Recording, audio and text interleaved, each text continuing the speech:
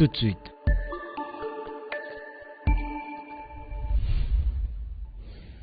Le journal.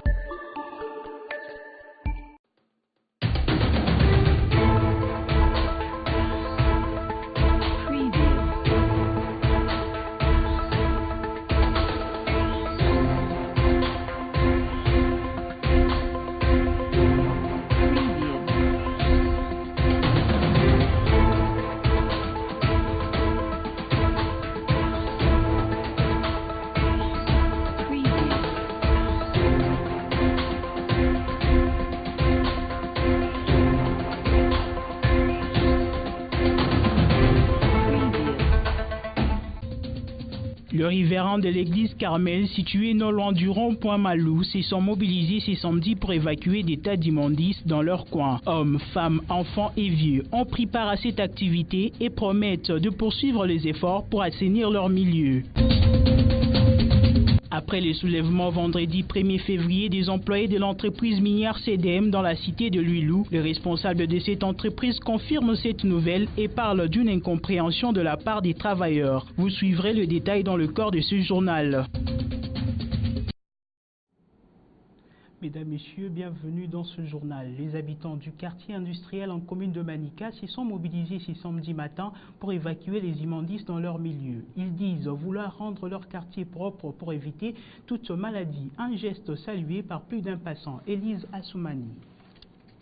L'épidémie de choléra touche actuellement 23 de 26 provinces de la République démocratique du Congo. Le Lualaba n'est pas exclu. Des chariots, des bêches et houes sont utilisés pour lutter contre cette maladie de main sale, pas en la frappant des coups, mais en assainissant les bords de la route numéro 39, à côté du grand trou se trouvant derrière l'église Carmel. Ce sont des personnes de bonne volonté qui s'évertuent à le faire. Nous exécutons ce travail sous l'aval du chef de quartier. Nous avions remarqué que les trous avaient débordé à cause des immondices que les vendeuses d'ici et les serveuses des restaurants viennent jeter pendant la nuit. Ce sont eux qui sont à la base.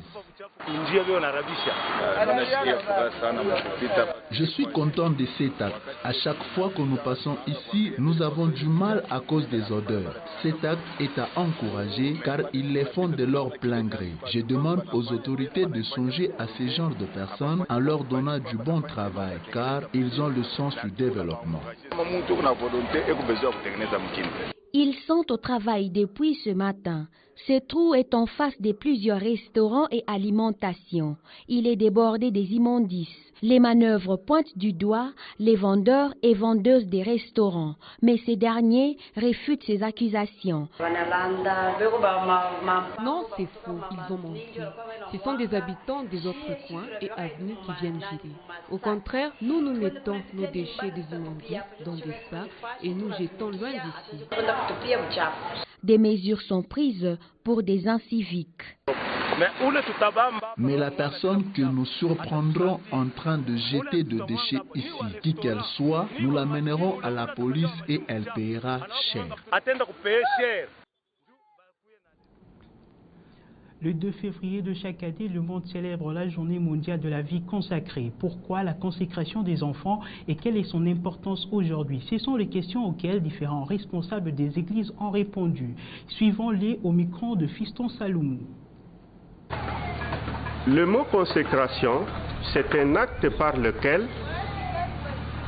un objet ou une personne sont séparés pour le service et le culte de l'éternel Dieu. Chez nous les méthodistes, pour les enfants, nous souhaitons utiliser le mot dédicace, c'est-à-dire nous dédions les enfants à Dieu, mais le Seigneur Jésus a dit « Laissez les petits enfants venir à moi, car les royaumes des cieux ressemblent à eux. » Donc nous aussi, quand on nous amène les enfants, nous les dédions, nous les mettons entre les mains de l'Éternel afin que ce dernier puisse les guider, les protéger, et afin que quand cet enfant grandira, pour qu'il soit exemplaire, pour qu'il sache que c'est son Créateur qui l'a mis sur cette terre, il faut qu'il les serve.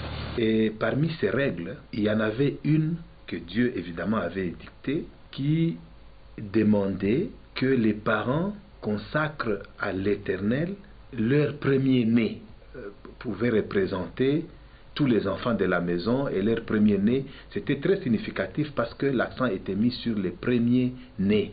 Les premiers-nés, mâles évidemment, devaient être consacrés à l'Éternel. C'était dans le temple notamment, où ils devaient aller dans un lieu de culte, où les anciens de l'Église devaient consacrer cet enfant à l'Éternel, pour dire que cet enfant appartenait à l'Éternel et que cet enfant devait servir l'Éternel. Voilà ce que disait l'Ancien Testament. Nous sommes dans le Nouveau Testament. Est-ce que c'est nécessaire? Est-ce que nous faisons la consécration des enfants? Oui, parce que tout simplement, cela va montrer l'engagement qu'ont les parents, n'est-ce pas? Des parents qui servent Dieu, des parents chrétiens qui servent Dieu, de consacrer non pas seulement les premiers-nés, mais tous les enfants à l'Éternel, parce que ils sont censés servir l'Éternel, parce que les parents entendent justement que les enfants servent l'Éternel. Un malentendu serait à la base du soulèvement des agents de l'entreprise minière CDM à Lulu. La scène s'est passée dans la matinée de ce vendredi 1er février 2019. La situation s'est calmée et les employés ont repris le travail. Le chargé de communication de cette entreprise a été joint par Timothée Prince Odia.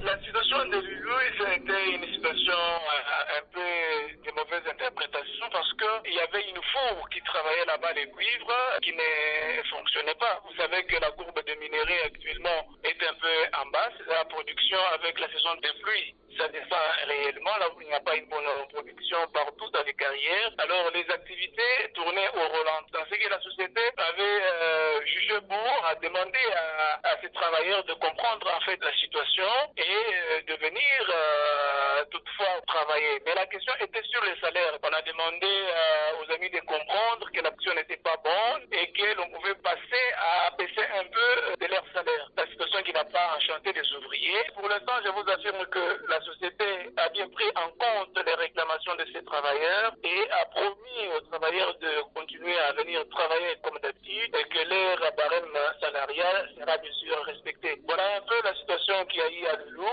mais tout va déjà très bien. Les gens ont repris du boulot déjà ce matin. Ils ont tous travaillé, quoique déjà le mois prochain, ils vont toucher comme il le faut leur salaire.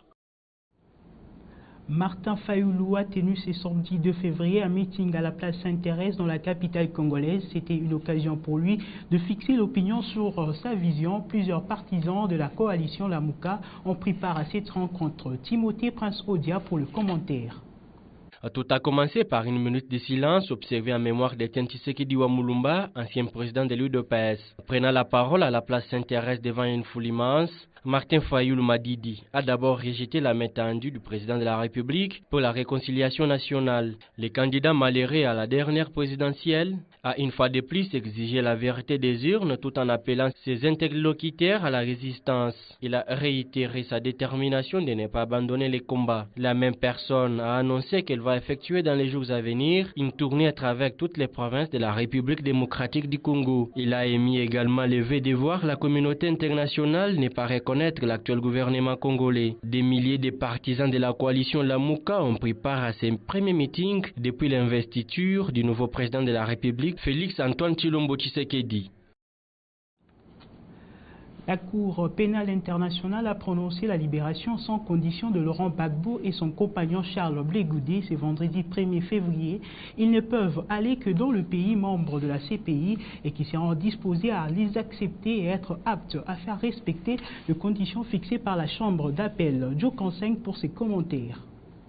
Condamné pour crimes contre l'humanité suite au conflit post-électoral de la présidentielle entre 2010 et 2011 en Côte d'Ivoire. Mais acquitté depuis le 15 janvier dernier, c'est seulement ce vendredi 1er février que la Cour pénale internationale a libéré Laurent Gbagbo et Charles Blé Goudé sous condition. Les juges présidents de la CPI a déclaré qu'ils ne peuvent se rendre que dans des pays membres de la dite Cour et qui seront capables de les accueillir et faire respecter les conditions fixées par la Chambre d'appel. Par la même occasion, la Chambre a instruit Peter Lewis, greffier, de conclure les accords avec des États disposés à recevoir Gbagbo et Blé Goudé. Rappelons ici que la Côte d'Ivoire, leur pays, en est aussi membre.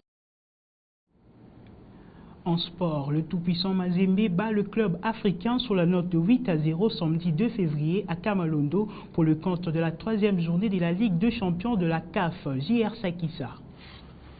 À l'origine, alors qu'on voit que les Tunisiens se sont laissés attirer par... Les TP Mazembe atomisent les clubs africains. La victoire était impérative pour les hommes de Pamphile Miayo, obligés de faire un bon résultat pour corriger son goal average. Kevin Mondeko ouvrait les scores à la 11e minute. Il sera imité tour à tour par Mika Miché et Jackson Mouleka à la 27e et 37e minute. 4-0 sera le score à la pause. Après les 6 temps, la deuxième période sera semblable à la première. Jackson Mouleka à la 57e. Meshak Elia à la 67e et 2 buts de Trésor Poutou clôture cette fête. 8-0 sera le score après 90 minutes. Après cette large victoire du TPM, Mazembe occupe la 2e place avec 3 points plus 5 comme goal différence. La 4e journée est prévue pour le 12 février. Le TP sera en déplacement pour croiser le club africain. Il faut enfoncer le clou. Ce journal est terminé. Merci à vous de nous avoir suivis. L'actualité reste en continu sur www.wango.info.